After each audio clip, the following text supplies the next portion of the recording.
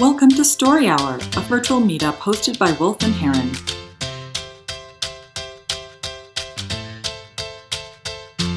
All right, how about we start with Bart? I have had 8 ankle procedures, surgical procedures on both my feet. Have any of you guys sprained your ankle before, twisted your foot? Okay, you know how you're recovering about day and a half in?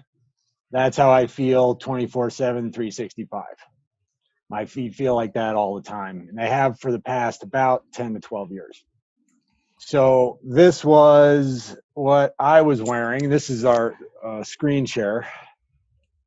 I've had that contraption bolted to my feet twice on both sides in order to grow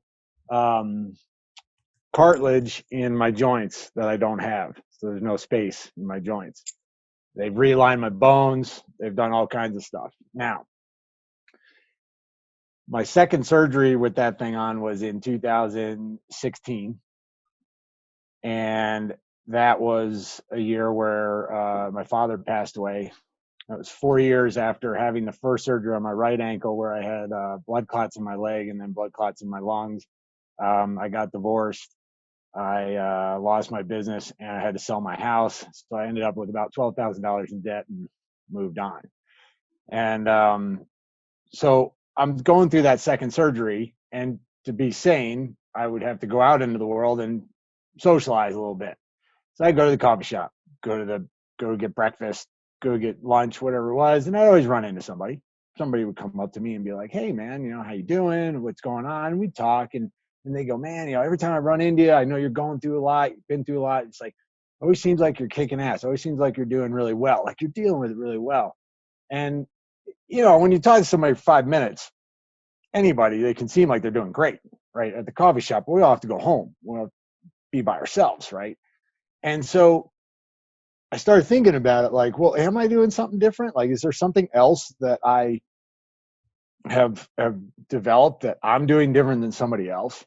And so I started asking other people, like, well, what are you going through? Like, what's your deal? Like, what are you dealing with? And how are you dealing with it? And I'd have these conversations. And then I started digging into going back on myself, like, well, okay, so what am I doing and how am I getting through this? And how did I actually get to where I am? And I dug in a little bit more and I realized I got to where I was. I got to the pain. I got to all these things, the sufferings, because I didn't take care of things. That was the basic model. There was a lot of things in my life, financially, physically, mentally, that I didn't take care of. And it was time to start taking care of those things. It was time to buckle down, start taking care of them. And I started thinking of care as like an acronym for the things that I was kind of doing. And one of them was centering. So the care center. I really sat down and detailed out, these are the things I care about.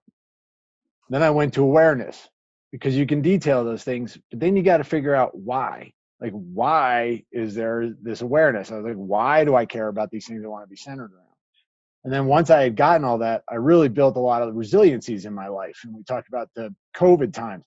It's really helped me in this last year to have those resiliency in my life, to get up every morning, have my routine, doing my yoga, doing my journaling, doing my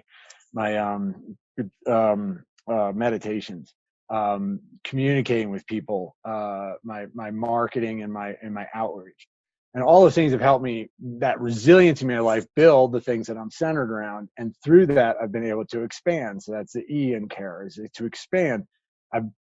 Through podcasts and books and, and teaching and all those things, and talking with people and volunteering. And so when this topic came up, I thought of that whole care process: centering, awareness, resiliency, and expansion. It's not rocket science. You could say it's whoop. There's another model. There's all these kinds of models out there. WOOP. There's that have the same type of thing, but that's how it resonated with me. And it's been great. I've been using it. I've been moving forward. I go in for my 9th surgery next week to have a full ankle replacement on my right foot. And we'll just keep the process going and keep taking care of things. Yay, Bart! Thank you so much. Good job. Okay, so let's start with what was great about Bart's story. What should Bart hold on to? What worked? What was compelling? So who has some initial thoughts? Go ahead, John. Bart, I have a physical therapy background. Well, my heart goes out to because those things suck, and I 100% would get a transtibial amputation and a prosthetic if I could find a doctor that was willing to do that, because I don't even think that ankle fusion surgery should be legal. Yeah, it's tough. Oh, geez. Thank you. All right, any thoughts about, okay, Kara, go ahead. What was good about Bart's story? Well, I'm curious, Bart, if you prepared for this story any differently than you normally prepare for story hours. I think I did a lot less preparing, actually, because I have told this story before, not in like the regimen of 5 minutes. Mhm. You know, like I never had that in my brain, like, oh, I have to condense this down into this time period. But I have talked about this before. Let's put it that way. A lot of times. Yeah.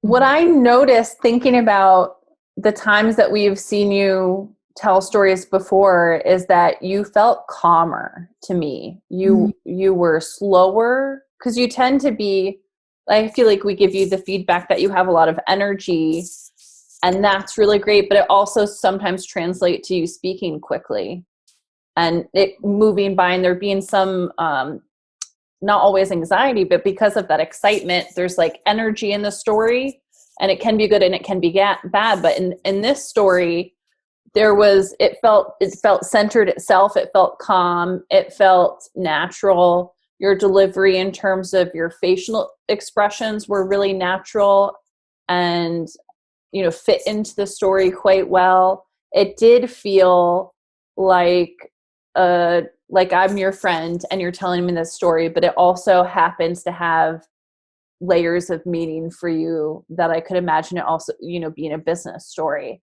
So I just thought that from, maybe was there some other way that you cared for the preparation that led to that? Or it would be interesting to think about, is it just perhaps because it's something that feels you're comfortable with talking about it, and that's something to consider for future stories? But I did pick up on that. Oh, okay. Thanks. Go ahead, Milo.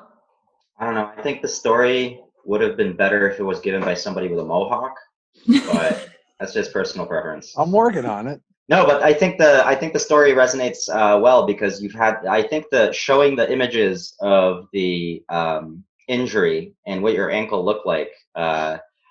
It's not saying, hey, I've got a bum ankle. And some people think, oh yeah, I've twisted my ankle once. But it's like looking at all the screws holding your foot together that kind of centers the story around, yeah, this isn't something that you walk it off. You don't do that. It's like a chronic injury that's part of your life for a very long time. So I think that it comes across not as like, hey, I hurt myself once, but hey, I deal with this difficulty often, and I have to navigate my life with that being part of my life. So it comes across much more genuine that way. What worked in Bart's story relative to the superpowers? I think you had a good you have this CARE acronym, and it lends itself very nicely to a structure, right? And you can kind of lean into that structure, and therefore your story has a theme and it's clear, and we all take it away. So that was really, really straightforward. Molly, did you want to say the same thing? No, I was going to ask what the superpowers were again, but I do have one note that I want. I really love focusing on minor interactions and moments that lead to bigger ideas. And I think you did that well when you were talking about the coffee shop conversation. That's something that we all can relate to, even if we don't have issues with our ankles, or that whole kind of dialogue of how are you really, that little scene felt very relevant to me. So I like that. Yeah, we're big fans in storytelling of using the micro to amplify or describe the macro, because the macro is actually less interesting. But the micro is what makes it real. And so, yes, that's a great point. Thank you, Molly. All right, let's talk about opportunities for Bart. What should Bart experiment with or play with or try as a way to potentially make the story more powerful and impactful? Yes, go ahead, John. Make me feel your pain more. I'm like, talk about, I mean, for the last 12 years, I've woken up almost every morning feeling like a rhinoceros had been sitting on my ankle or something like that, you know, because orthopedic injuries are usually the most painful in the mornings. And I'm sure that use a cane for the a first lot of 20 minutes. sleep. What was that? I still use a cane for the first 20 minutes every morning. So Yeah. So I'm, you know, and you look like a guy who's like, who takes good care of himself. Like you look like a spry, active guy. So saying that you use a cane for the first 20 minutes of each morning, that's something that's going to hook me and really drive home what you know, what an impediment this ankle issue is for you. You know, can you personify it even? Does it talk to you? That's a few things I would say off the cuff. okay. Those are cool ideas. I would say also to kind of expand on that, I'm curious about sort of the implications, the emotional and the sort of life pain that comes from the physical pain as well. You know, like what is it that you wish you could do that you can't? What is it that you're frustrated about? Like, do you wake up and just like are you angry? Are you resigned? You know, like there's an emotional story that's also part of the physical pain that can help to amplify kind of like, this is the reality of your life. You know, and like opportunities in terms of details. I mean, you like at the beginning, you have this like litany of things that are going wrong in your life, right? It's like 100 things. It's like, oh, I got divorced. I'm in debt. I'm like, you know, my body is falling apart, and so those are all like dramatic and cerebral. And can you bring it into your body in order to make it even more real? Kara.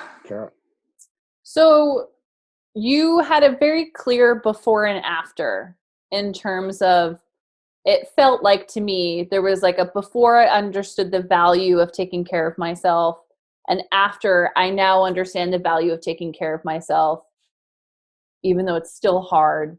And then you brought in your acronym and care, and I was feeling like there was an opportunity for you to embed those steps more in the story before you define the acronym. Like I think the first one is center. Is that is there a way that you could, as you're telling the story, describe how figuring out how to center yourself, what that looked like for you? Because especially if this is a relevant for your business, explaining what you want to do and how you want to help people, it's not just now I understand why this is important, but there's also, this is what it could look like because this is what it looked like for me. And actually now as I'm processing aloud, maybe there's several stories. There's one story that this is why I care. That's maybe overarching. And then maybe there's a story each for CARE where you dive in deep on discovering that piece of your program and how it shows up and what it means to work that element over time.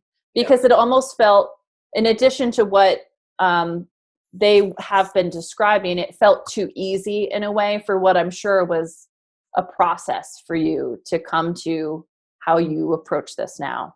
Yeah, that's when I do the non 5-minute version.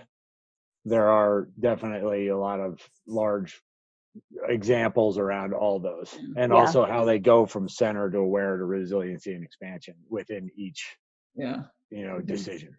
It did make me, that's the one and only note I wrote down, was like, the TED Talk version of this should be 4 stories. Yeah. And I was like, and so something to play with is like, you know, you don't have to always get through your whole acronym, right? Like it could have very easily just been like, for the sake of today, been like, I'm just going to tell you my C story. Right? All right. Just something to play with. Exactly. All right. Thank you guys very much.